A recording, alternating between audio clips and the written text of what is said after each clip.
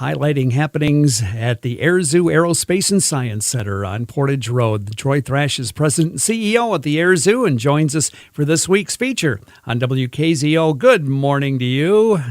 Good morning, Ken. Oh, good to hear your voice again on this dark, gloomy, icy way to get rid of January. And indeed. Well, good to have you with us this morning. Well, this past Saturday, it was a very busy place. The Air Zoo was, to say the least, as hundreds and hundreds of people turned out for some free ice cream created and made by people who probably shouldn't be quitting their day jobs anytime soon. But we made a noble effort nonetheless. The annual ice cream challenge drew some great crowds on Saturday. Really enjoyed our stay there, Troy.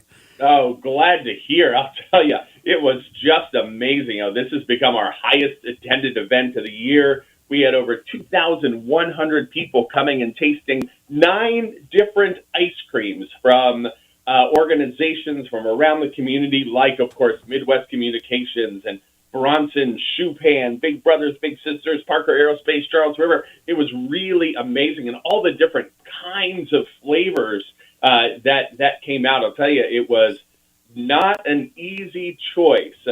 First of all, I do have to say, it was tough for me to watch the Midwest Communications, the former champions, give up that golden cone, but certainly well-deserved when Zoetis got, in fact, more than a quarter of the votes with their sweet and salty paws recipe, and they now get the golden cone for the next year. So congrats to Zoetis. Well, we congratulate them too, and we're sorry to lose that trophy, but now we have room for that coffee maker we've always needed here. But no, it was truly a lot of fun to be there and to see all the other competitors. And I still have ice cream remnants, nitrogen frozen to my jeans. I wore that day. It's a badge of honor.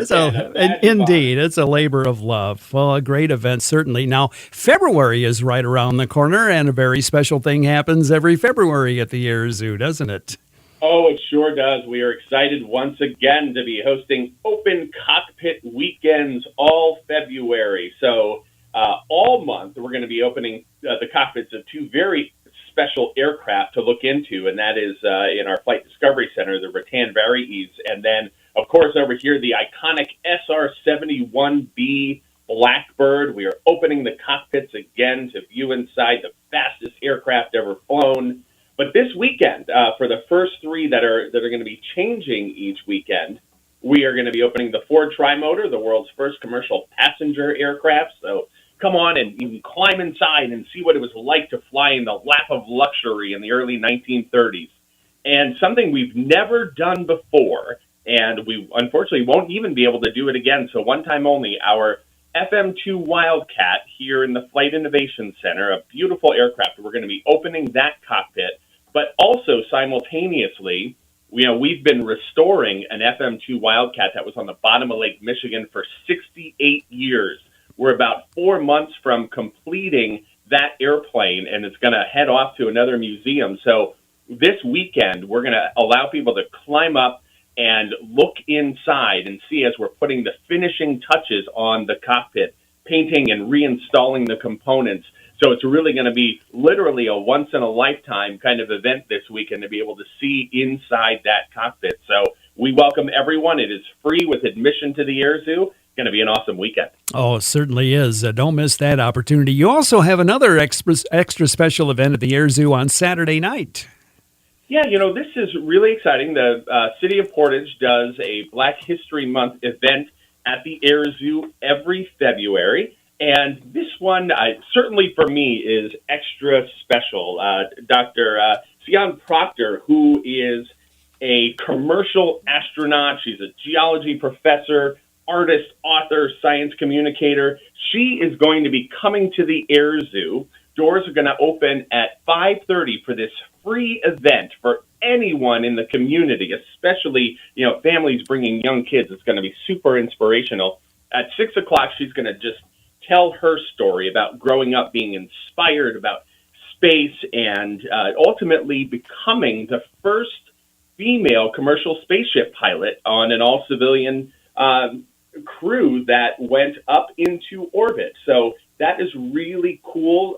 She's also, believe it or not, the first African-American woman to paint in space. So I love her story in terms of just how it mixes science and art. So now she's doing a lot of painting. She's doing poetry. She's also doing a lot of science education in the Civil Air Patrol. So she not only made history, but she's continuing to make history and will continue to do so.